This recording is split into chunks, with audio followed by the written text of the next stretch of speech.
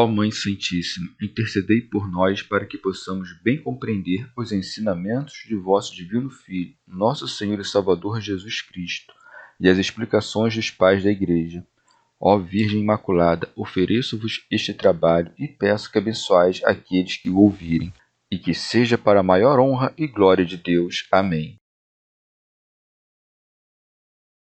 Senhor onipotente, purificai o meu coração e os meus lábios. Vós, que purificastes os lábios do profeta Isaías com carvão em brasa, e dignai-vos, por tal modo, purificar-me com a vossa misericórdia, para que possa dignamente anunciar o vosso santo Evangelho. Por Jesus Cristo, nosso Senhor. Amém. Senhor, abençoai-me. Que o Senhor resida no meu coração e nos meus lábios, para que anuncie digna e convenientemente o seu Evangelho. Amém. Evangelho de Nosso Senhor Jesus Cristo, segundo São João. A despedida. Quando Judas saiu, disse Jesus: Agora o Filho do Homem foi glorificado e Deus foi glorificado nele. Se Deus foi nele glorificado, Deus também o glorificará em si mesmo e o glorificará logo. Filhinhos, por pouco tempo ainda estou convosco. Dou-vos um mandamento novo, que vos ameis uns aos outros. Como eu vos amei, amai-vos também uns aos outros. Nisto reconhecerão todos que sois meus discípulos, se tiverdes amor uns pelos outros. Comentários dos Pais da Igreja. Orígenes. Depois dos prodígios realizados e da transfiguração, a glória do Filho do Homem começa a partir do momento em que Judas sai junto a Satanás, que havia entrado nele, do lugar onde estava Jesus. Por isso diz: Quando Judas saiu, disse Jesus: Agora o Filho do Homem foi glorificado. E aqui não falamos do Verbo unigênito, mas da glória do homem que descendia da linhagem de Davi. Porque se o que se diz é verdade que a morte de Cristo glorifica a Deus, despojou os principados e potestades, triunfando deles pela sua cruz, e aquele outro, e que por ele fossem reconciliadas consigo todas as coisas, pacificando pelo sangue da sua cruz tanto as coisas da terra como as do céu. Em tudo isso, o Filho do Homem foi glorificado, e Deus também é glorificado nele. E continua: E Deus foi glorificado nele. Porque Cristo não pode glorificar a si mesmo sem que o Pai seja glorificado ao mesmo tempo. Mas todo aquele que é glorificado por alguém. Se ele perguntar quem glorifica o Filho do Homem, veremos a resposta a seguir. Se Deus foi nele glorificado, Deus também o glorificará em si mesmo. São João Crisóstomo. Isto é, Deus o glorificará por meio de si mesmo, não por meio de outros. Segue, e o glorificará logo, como se dissesse: não depois de muito tempo, mas prontamente na própria cruz aparecerão as coisas dignas de glória. Com efeito, o sol deu as costas ao mundo, os rochedos se fenderam, e muitos corpos dos que haviam dormido levantaram. Pois bem, por esta maneira, os pensamentos dos discípulos que se tinham abatido, Nosso Senhor os restabelece, e exorta-os não apenas a que não se entristeçam, mas que ainda por cima se alegrem. Santo Agostinho. Saindo o imundo, todos foram limpos, e permaneceram com quem os limpou. Como a cisânia separada do trigo, os justos brilharam como o sol no reino do Pai. Prevenindo o Senhor que a saída de Judas era como a separação da cisânia, permaneceram os santos apóstolos como o trigo, e diz o Senhor: Agora o Filho do Homem foi glorificado, como se dissesse: Essa é a minha glorificação, onde não haverá nenhum dos maus, para que nenhum dos bons pereça. Assim, não diz que isso significava a glorificação do Filho do Homem, mas agora é glorificado o Filho do Homem. Nem se dizia que a pedra simbolizava Cristo, mas sim a pedra que era Cristo. A Escritura geralmente chama as coisas que significam algo pelos nomes e seus significados. Mas a glorificação do Filho do Homem é para que Deus seja glorificado nele, e por isso acrescenta: Deus também o glorificará em si mesmo. Por fim, como que para esclarecer este ponto, continua: se o Filho é glorificado nele, porque não veio para fazer a própria vontade, mas a vontade daquele que o enviou, Deus também o glorificará em si mesmo, referindo-se à natureza humana, que foi assumida pelo Verbo e foi dotada de eternidade, e o glorificará logo, manifestando sua própria ressurreição, que não seria como a nossa no fim do mundo, mas imediatamente.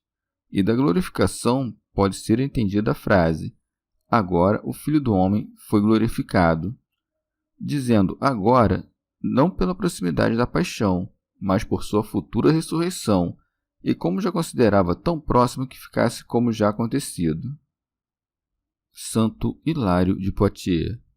Isto de que Deus foi glorificado nele diz respeito à glória do corpo, por meio da qual foi manifestada a glória de Deus, como se, da associação com a natureza divina, o corpo tomasse a glória emprestada.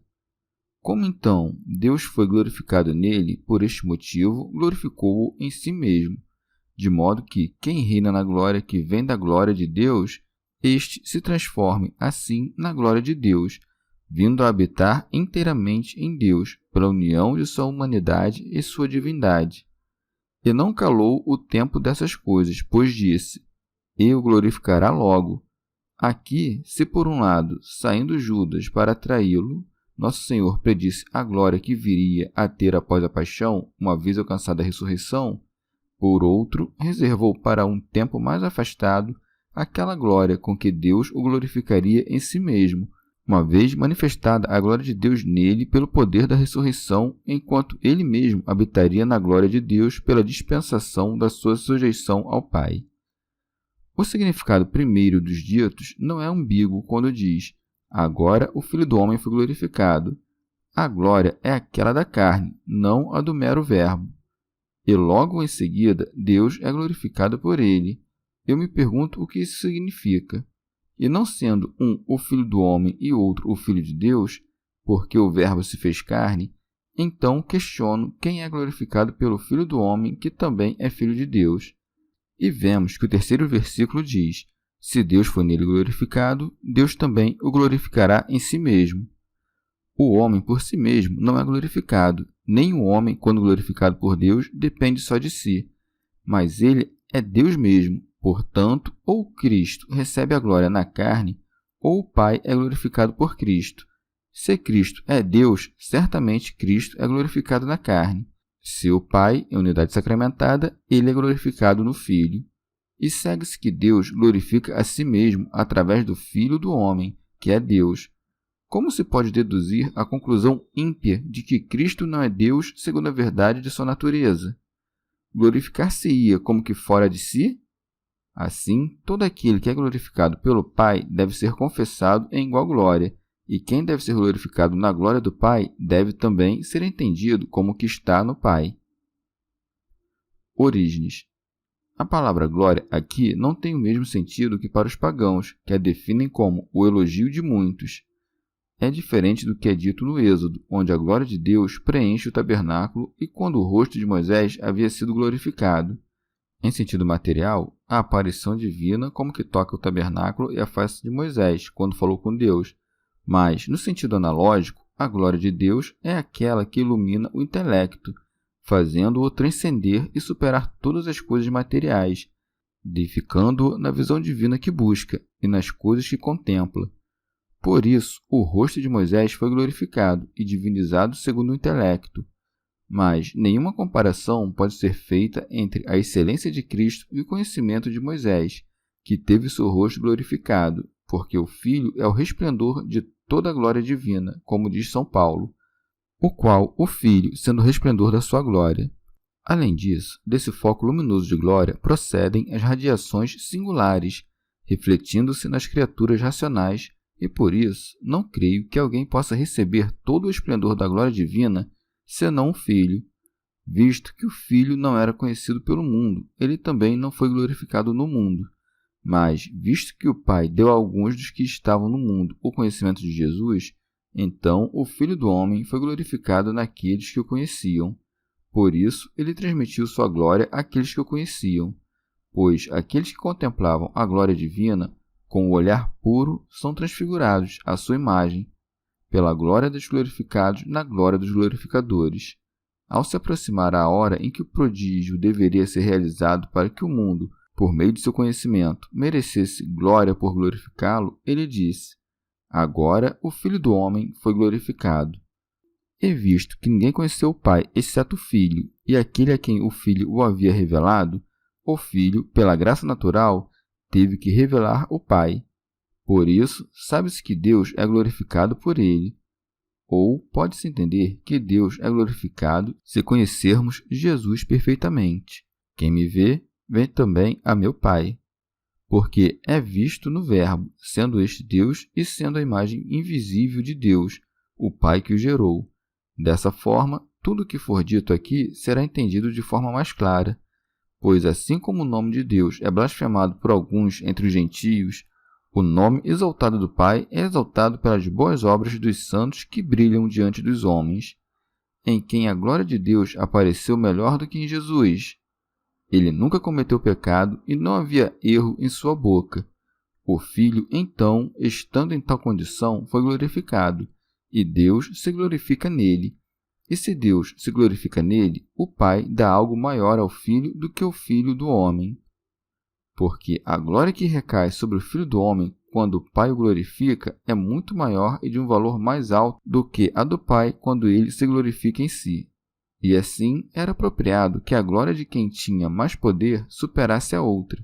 Além disso, visto que essas coisas deveriam acontecer imediatamente, quero dizer que o Filho do homem foi glorificado em Deus.